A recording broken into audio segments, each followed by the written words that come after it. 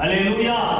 கிறிஸ்தவர்களாக கிறிஸ்துவின் நாமத்தை அறிந்தவர்களாக வாழ்ந்து கொண்டிருக்கக்கூடிய அன்பு தேவ பிள்ளைகளே, உங்களுடைய வாழ்க்கையில் நீங்கள் கிறிஸ்துவை சார்ந்த வாழ்க்கை வாழ்ந்து கொண்டிருப்பது உண்மை என்றால், நீங்கள் போராடக்கூடிய ஒரு போராட்டம் தேவனுக்குரியதாக இருந்தால் அது நித்திய ஜீவனுக்கு நேராக உங்களை வழி நடத்தும் என்று இந்த வேத வார்த்தை சொல்கிறது. கரத்தை தட்டி கர்த்தரை மகிமைப்படுத்துவோம்.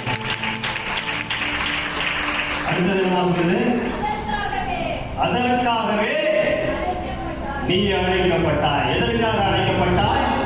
விசுவாசத்தில் நல்ல போராட்டத்தை போராடி நித்திய ஜீவனை பற்றிக் கொள்வதற்காகவே நீ அழைக்கப்பட்டாய். இதுதான் கிறிஸ்துவினுடைய மகா மேன்மையான வாழ்க்கையினுடைய அஸ்திவாரம்.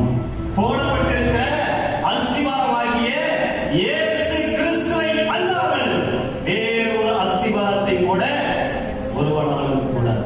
அல்லேலூயா.